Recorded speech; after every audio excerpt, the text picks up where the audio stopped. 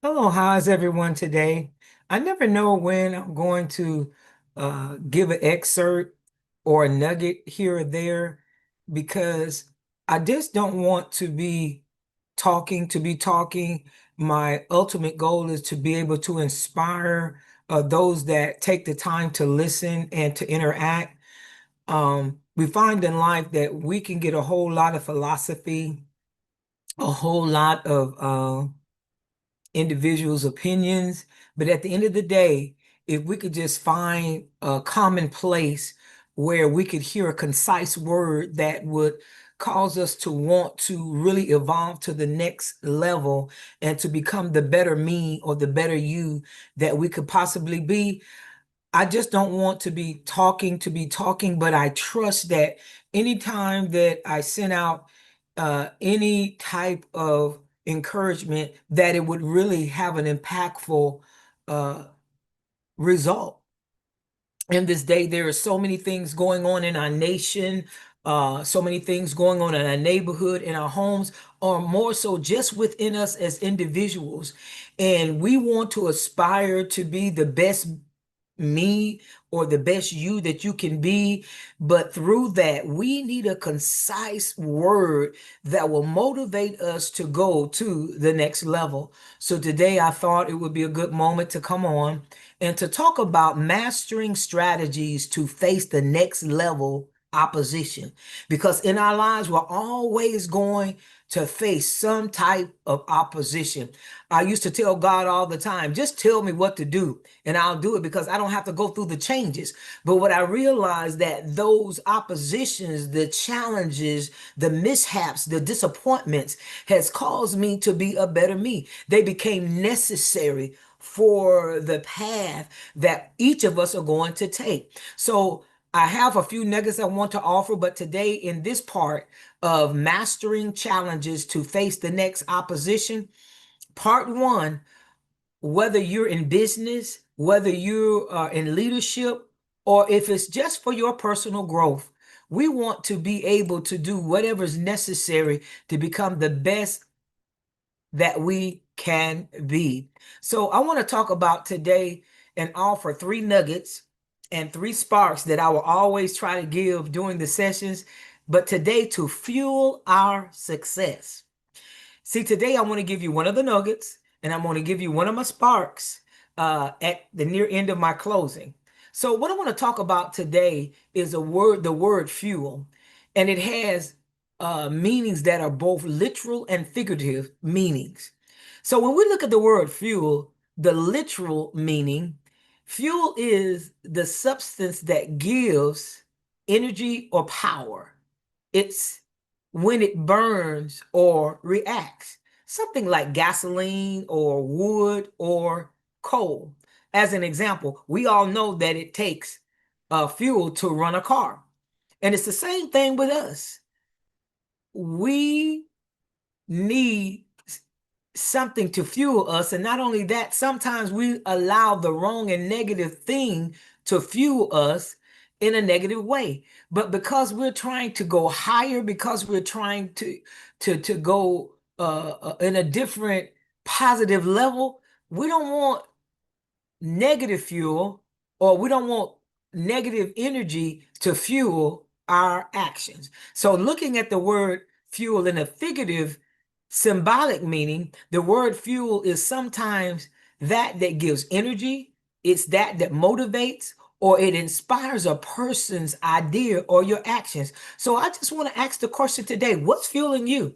Or what's depressing you? And one thing we don't want to be is depressed, because when we're depressed, we find that our hands are locked and we're not able to fulfill the inner being goal that we desire to have. So what I want to reiterate on is that whatever is fueling you, you want it to soar you to the next level. You want it to give you a positive energy, positive motivation, inspiration that propels your ideas and your actions to the next level. You see, one good example is that passion helps us to fuel our success. You got to love what you're doing. You have to like what you're doing. You don't want to be made to do what you unction to do. But if it's within you to love and to be excited about what you're undertaking, you're going to see that you and I will be so much successful in the arena that we're trying to aspire to. Then another example is criticism becomes the fuel for growth. Most of us don't like to be criticized, but what I found out that if we learn to let criticism be a positive light, meaning it allows me to realize that I could do better, or to cause me to examine myself, that I can grow and become a better me.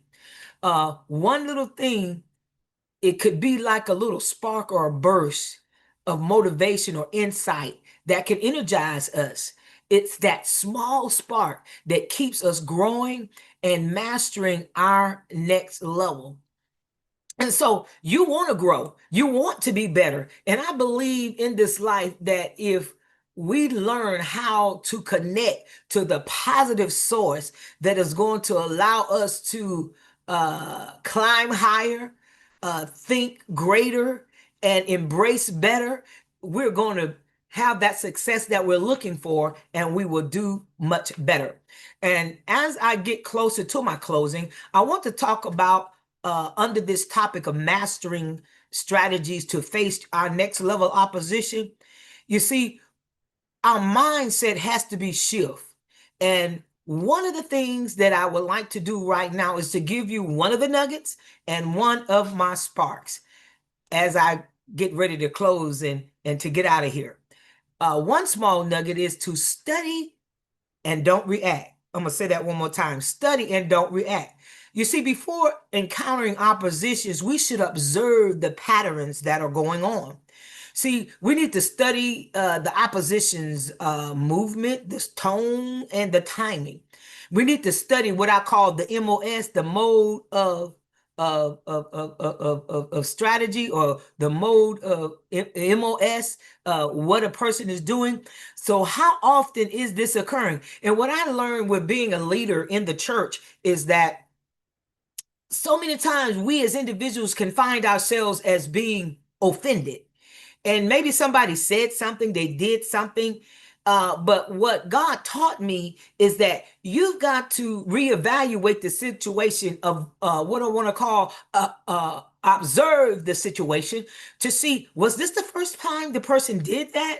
And what you want to do is not to react off the first initial issue of offense, but just observe it. Did it happen one time? Did it happen two times? Is it three times? Then you could see if this person's behavior is intentional. Sometimes their mind might have been someplace else, and we're acting to something that was not intentionally meant for you or I. So we have got to learn how to study and don't so quickly react. What I find also, a quick analyst or a quiet analyst builds power. And when we quickly react, we lose time and we waste time and energy that we shouldn't even be using. So I just want to reiterate, in this particular nugget, we want to study not to quickly react. We want to learn the patience of being, or the art of being able to be patient, even when you feel that you have been offended. That's one nugget. Then the small spark I want to give you. When I think of the word spark, it wants to ignite you. It wants to propel you to your next level. So what we want to do is to look at the opposition as being equal to elevation.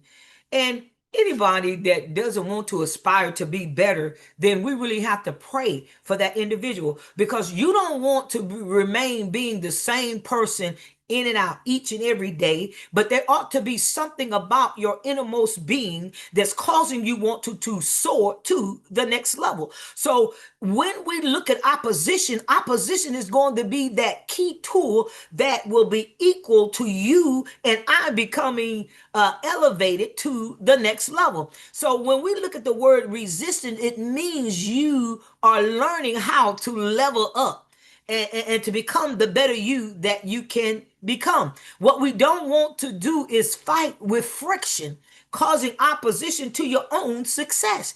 And we don't want to flee the challenges. So many times I told God, if you just tell me what to do, I'll do it. But we understand that we come or become better us's when we begin to learn to understand the challenges and not run from them.